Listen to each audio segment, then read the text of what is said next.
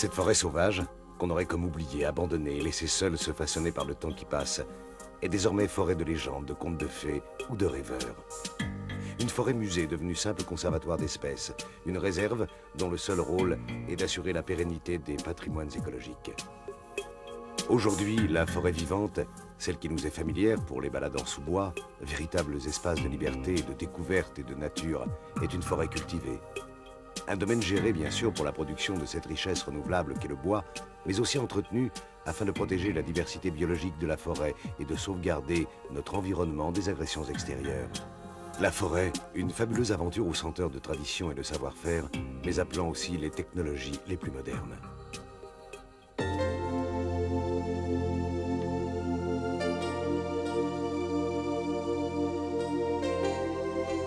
Il y a 300 millions d'années, bien avant l'arrivée de l'homme sur la Terre, la forêt est formée de fougères géantes et d'arbres portant écailles.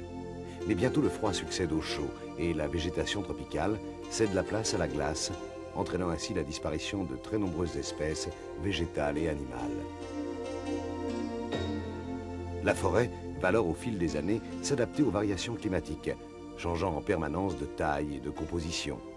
Elle va se modeler peu à peu en se diversifiant, donnant ainsi naissance aux espèces que nous connaissons aujourd'hui. L'homme va à son tour modifier la physionomie de la forêt en puisant dans ses ressources pour se loger, se nourrir et se chauffer. Si au temps des Gaulois, elle recouvre la totalité du territoire, en l'an 1000, au début du Moyen-Âge, avec le développement des exploitations agricoles, des communautés religieuses, les surfaces boisées vont alors commencer à diminuer régulièrement. Jusqu'au XIXe siècle, la forêt aura comme seul allié les rois, qui seront aussi de véritables bâtisseurs. Ils entretiendront alors les forêts pour y pratiquer la chasse à courre ou y récolter leur bois de marine. La Révolution va faire tomber des têtes, mais aussi beaucoup d'arbres, désormais sans défenseurs. La forêt atteint alors son plus bas niveau.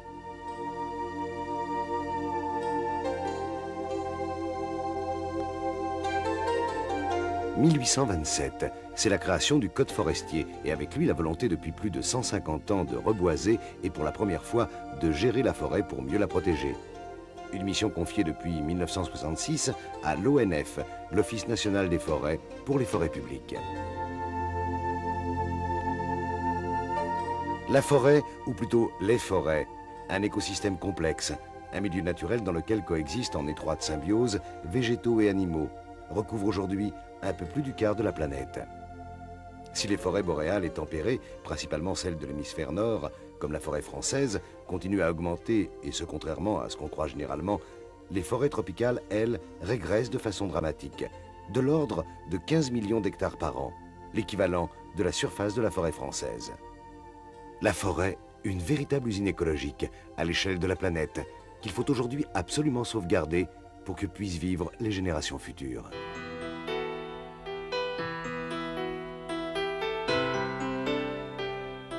On l'a dit, une belle forêt, c'est une forêt cultivée. C'est le rôle de la sylviculture. L'idéal pour le forestier étant d'obtenir un arbre au fût haut, droit et lisse. Un arbre sans branches, donnant ainsi un bois sans nœuds, un bois de valeur.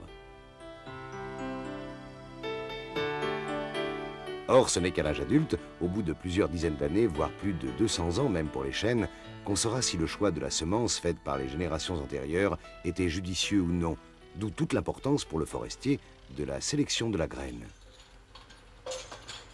Pour récolter des graines de qualité, il faut aller les chercher là où elles se trouvent, tout en haut d'arbres soigneusement sélectionnés et à une période précise, celle de la fructification.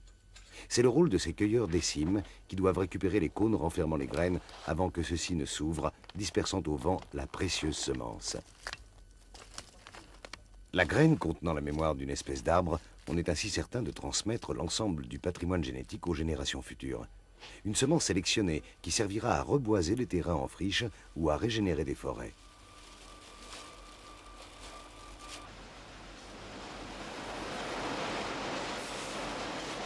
Ce qui est vrai pour les pins est vrai également pour les hêtres et leurs fruits, les faînes, ou pour les chênes et leurs glands, bien que pour ces feuillus, on ne fasse que ramasser les graines tombées à terre.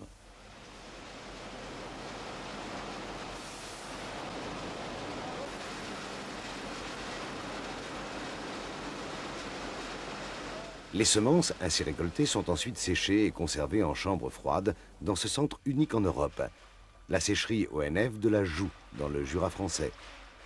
Des semences forestières sélectionnées et améliorées, permettant de constituer les forêts de demain à partir des meilleurs arbres et des meilleurs peuplements existants.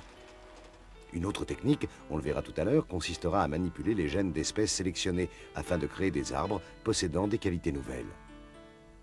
Les plants, une fois obtenus, commencent alors pour le forestier un lent travail de fourmi qui va lui permettre d'accompagner les nouveaux venus pendant la première partie de leur vie.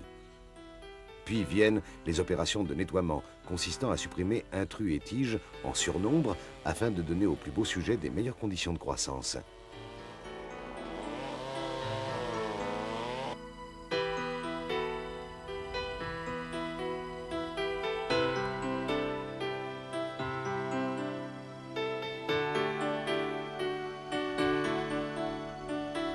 Ainsi, année après année se créeront ou se reconstitueront de nouvelles forêts, et avec elles, de nouveaux paysages.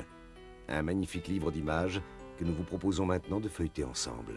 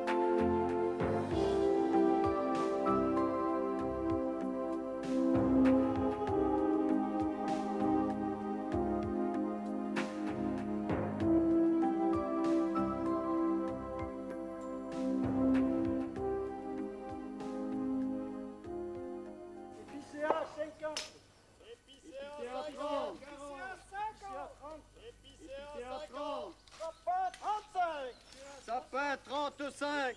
Épicéa 35. Épicéa 35. Épicéa 30. Épicéa 35. Épicéa 35. La forêt française qui recouvre le quart du territoire, c'est 14 millions d'hectares à gérer, dont 70% par plus de 3 millions de propriétaires de forêts privées.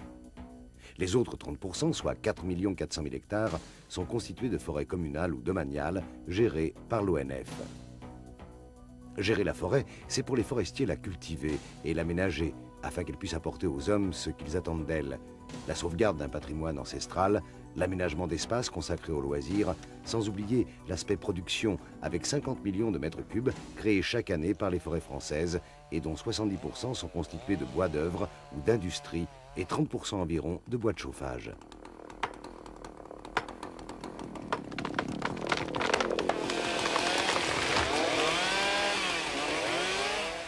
C'est dire qu'en matière de gestion forestière, écologie et économie ne sont pas antinomiques, bien au contraire.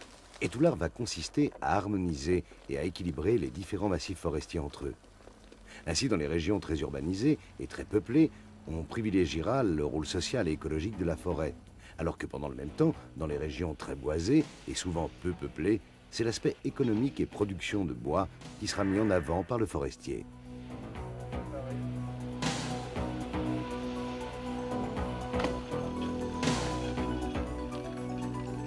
Ainsi aujourd'hui, les bénéfices provenant de la vente de bois des forêts productives permettent de financer les lieux de loisirs et de récréation comme les forêts de l'Île-de-France, ou celles en déséquilibre écologique et économique comme beaucoup de forêts méditerranéennes.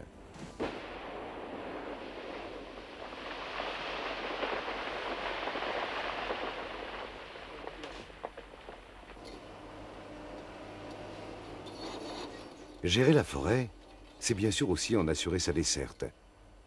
Pour l'accès du public, la lutte contre les incendies ou l'organisation de la récolte du bois. Pour l'aménager harmonieusement et rationnellement, la contrainte du forestier va être, là encore, le temps. Car rappelons-le, il faut de 25 à 250 ans pour qu'un arbre arrive à maturité. Aussi, toute la difficulté va être de suivre la forêt de façon permanente, pratiquement au quotidien, comme ici les branchages automatiques à l'aide d'une drôle de machine appelée malicieusement le singe, et cela en gardant toujours présent à l'esprit l'objectif à long terme d'aménagement préalablement défini et pouvant atteindre 200 à 300 ans.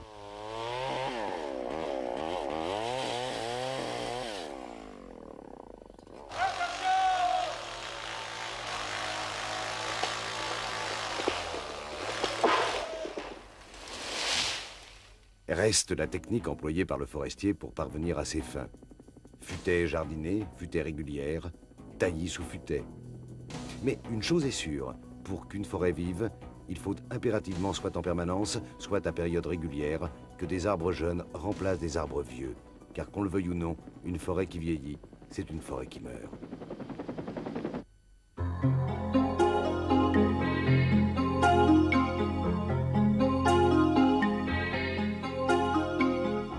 Avant de décider de tel ou tel aménagement pour une forêt donnée, comme ici celle de Fontainebleau en banlieue parisienne, on va en dresser un véritable inventaire qu'on va reporter sur des cartes pour en faciliter l'interprétation. Sur cette vue prise par le satellite Spot, chaque carreau de couleur correspond sur le terrain à un carré de 20 mètres de côté. Les feuillus sont en rouge, les résineux en vert foncé et en vert clair, les sols recouverts d'herbe. Cette opération, c'est ce qu'on appelle la phase d'analyse, au cours de laquelle on va déterminer ce que l'on peut faire avec cette forêt compte tenu de ses caractéristiques. Cette imagerie par satellite, traitée par ordinateur, est un des nouveaux outils de la haute technologie à la disposition du forestier, une sorte d'aide à la décision complémentaire de l'observation sur le terrain.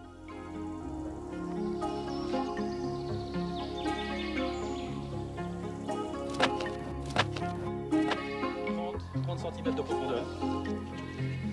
Sur le pH.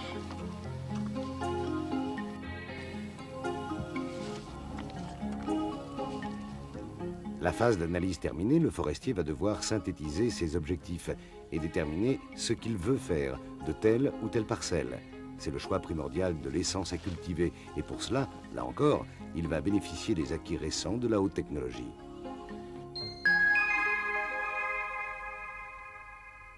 Nous sommes dans le centre de recherche de La Fosselle, à Nangy, près de Paris. La sélection génétique pratiquée ici sur des arbres comme l'épicéa, le pin maritime ou le Douglas pour les résineux, le peuplier ou l'eucalyptus pour les feuillus, prend en compte différents critères. Rectitude du tronc, vitesse de croissance, qualité du bois, résistance aux attaques des insectes et des champignons ou adaptation à des milieux particuliers. Ici, par exemple, on va effectuer un prélèvement de méristème sur des microboutures d'arbres d'élite. Quelques centaines de microns, soit 30 à 40 cellules de tissu végétal. Ces tissus, sièges de division rapide et nombreuses, vont permettre de régénérer des milliers d'arbres de haute qualité pour le reboisement.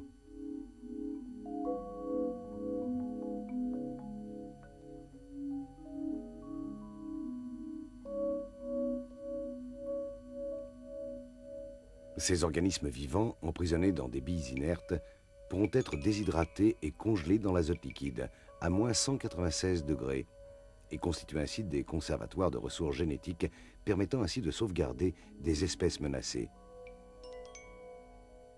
Après réchauffement, quelques années ou quelques décennies plus tard, ces organismes vivants pourront être réveillés, régénérés et multipliés, par exemple par embryogénèse somatique. Ce procédé consiste à faire des copies génétiquement conformes à partir d'embryons ou de semis, et demain, grâce au progrès de la recherche, à partir d'arbres âgés.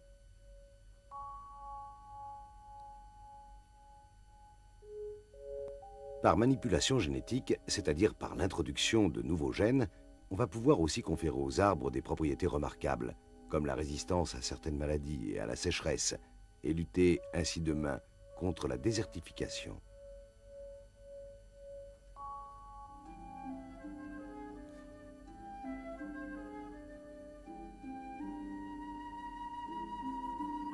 La nuit, il y a des arbres où le vent s'arrête, sans bruit, se déshabille.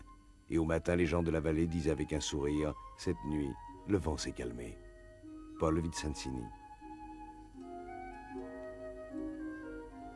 Quand je suis parmi vous, arbres de ces grands bois, dans tout ce qui m'entoure et me cache à la fois, dans votre solitude où je rentre en moi-même, je sens quelqu'un de grand qui m'écoute et qui m'aime. Victor Hugo.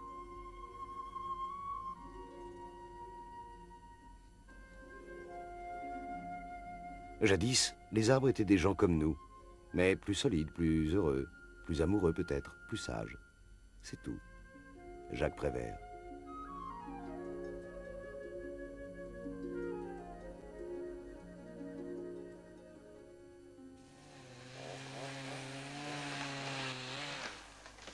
Article 25, forêt domaniale de Soucheton. Article 25. 280 000. 278 000, 276 000, 274 000, 272 000, 270 000, 268 000, 266 000, 264 000, 262 000, 260 000. 258 000, 256 000, 254 000, 252 000, 250 000. Oui. 250 000. L'article 25 est adjugé aux établissements Parisot. Article 26, forêt domaniale de Soucheton. 170 000, 168 000, 166 000, 164 000, 162 000, 160 000. 158 000, 156 000, 154 000, 152 000, 150 000, 148 000, 140 000. La vente de l'eau aux enchères descendantes reste aujourd'hui encore pratique courante pour les agents de l'ONF, le premier vendeur de bois en France avec 40% des bois commercialisés pour une valeur annuelle de 3 milliards de francs.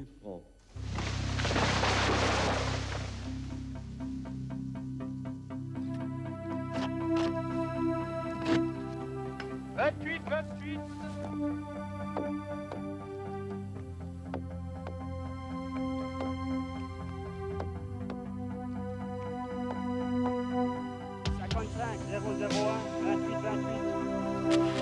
Aujourd'hui, 70% de la récolte est constituée de bois d'œuvre pour le bâtiment et l'ameublement et de bois d'industrie pour les panneaux et le papier.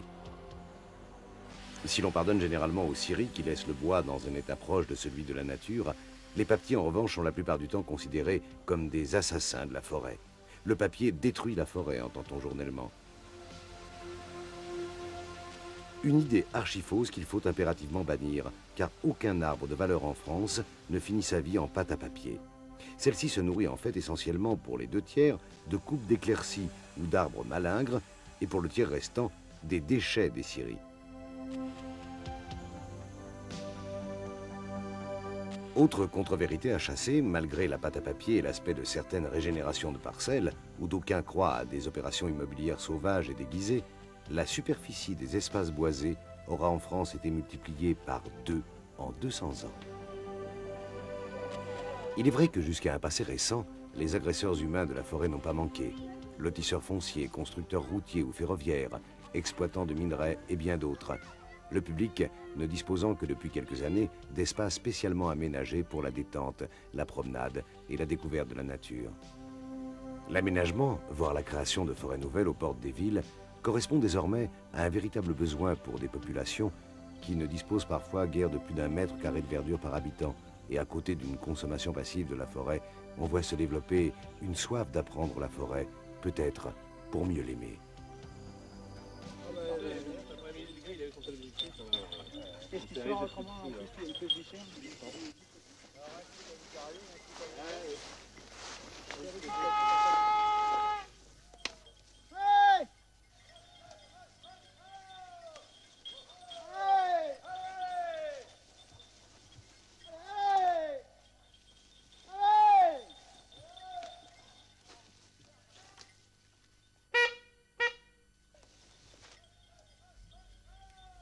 À côté des 89 espèces d'arbres existants dans les forêts françaises, il y a bien sûr la flore très diverse, mais aussi la faune, les animaux de la forêt qu'on appelle sauvages.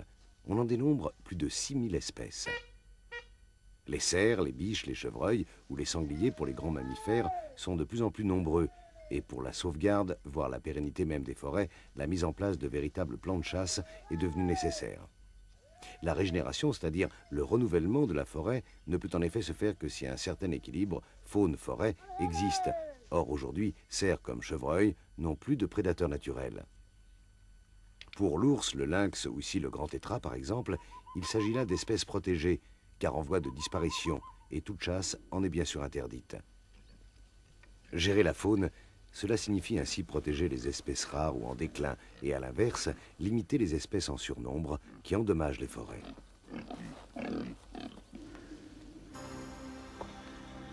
En fait, on ne devrait pas parler de forêt, mais plutôt d'écosystème forestier.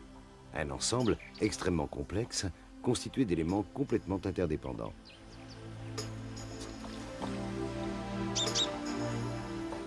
Un monde extraordinaire en forme de décor, fait d'un sol, d'un climat et de saisons. Un décor dans lequel se mêlent et cohabitent une multiplicité d'organismes vivants, grands et minuscules, animaux et végétaux, avec eux aussi leur rythme, autant de scénarios variant à l'infini.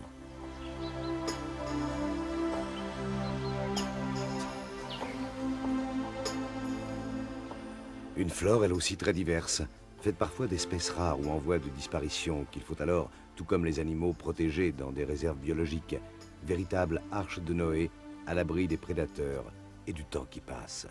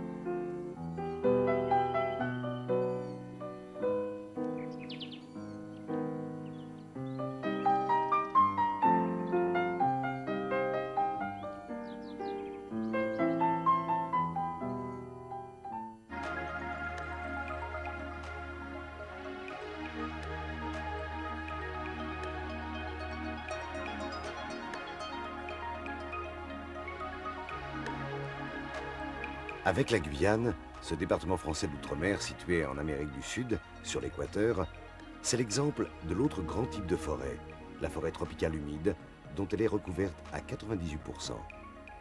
La Guyane, c'est en fait un fragment de l'immense forêt amazonienne primaire, qui au Brésil tout proche notamment, a subi des dégâts très importants, et certainement pour longtemps encore irréversibles, avec un taux de déforestation estimé à près de 30 000 km², soit pas loin de 1% de sa surface par an.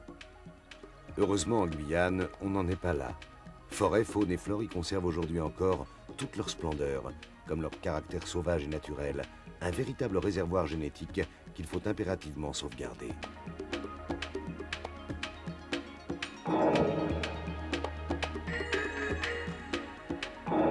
Les rares peuplades des forêts composées d'Indiens et de Bonnies, les nègres des bois, vivent de chasse, de pêche et de cueillette, sans grand dommage pour la forêt. Aujourd'hui, la forêt guyanaise se veut l'exemple en matière de gestion d'une forêt tropicale humide, en transposant ici les méthodes d'aménagement des forêts tempérées. Dans le nord du pays, en bordure littorale, aménagement et récolte dirigée de bois, tout en maintenant la biodiversité.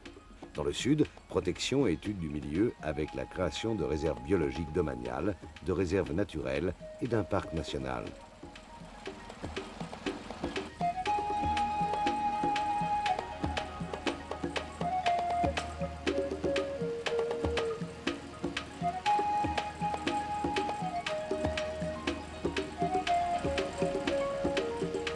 Qualifiée jusqu'à un passé récent d'enfer vert, une forêt inextricable et inhospitalière, puis de trésor vert, une forêt inépuisable de biomasse, la Guyane ne compte aujourd'hui que très peu d'entreprises forestières, car la grande diversité des espèces et la dispersion des essences dans les peuplements rendent toute exploitation de la forêt guyanaise très difficile. Cette déforestation massive en Amazonie toute proche, comme en Indonésie, au Zaïre ou au Congo, commence à inquiéter la communauté scientifique internationale qui, depuis quelques années, multiplie les conférences à l'échelle planétaire, sans pour l'instant de véritables progrès tangibles. Disparition de peuples indigènes, extinction de très nombreuses espèces animales et modification très sensible des données climatiques dues notamment à l'effet de serre. On le voit, il faut agir d'urgence, s'il en est encore temps.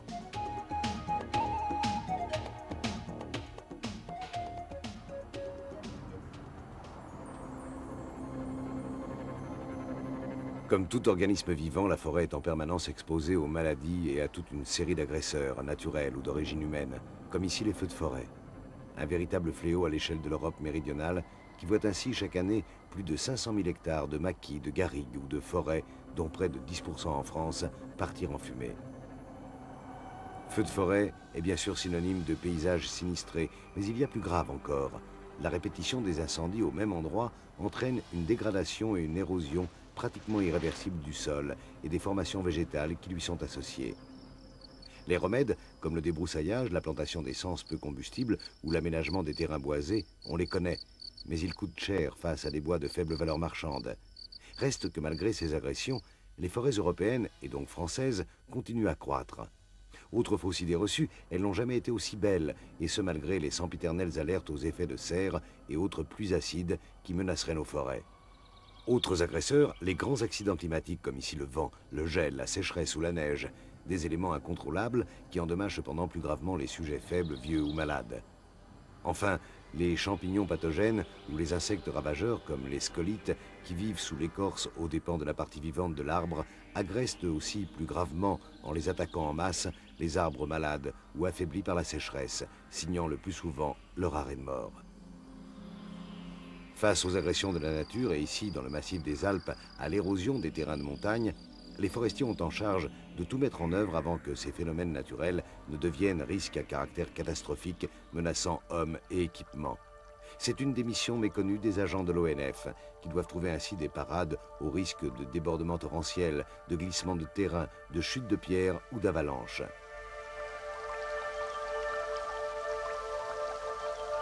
Les remèdes à cette érosion des sols sont bien sûr du domaine du génie civil, mais aussi du génie écologique, avec l'installation ou le rétablissement du couvert végétal, le plus souvent forestier, par reboisement, engazonnement ou embroussaillement.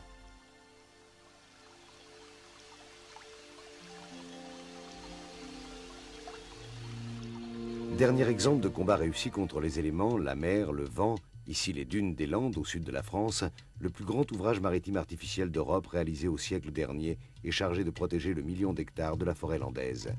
Des dunes atteignant à certains endroits 130 mètres de haut qui, sans entretien contre l'érosion de la mer et du vent, auraient déjà avancé de près de 5 km. La technique employée consiste à implanter des palissades brise-vent dans les parties les plus basses de la dune et à poser des branchages et des végétaux morts pour bloquer le sable en place. Autre technique, la mise en place de treillis plastiques, soit parallèles à l'océan, soit posés sous forme de casier afin d'obtenir un profil de dune correct.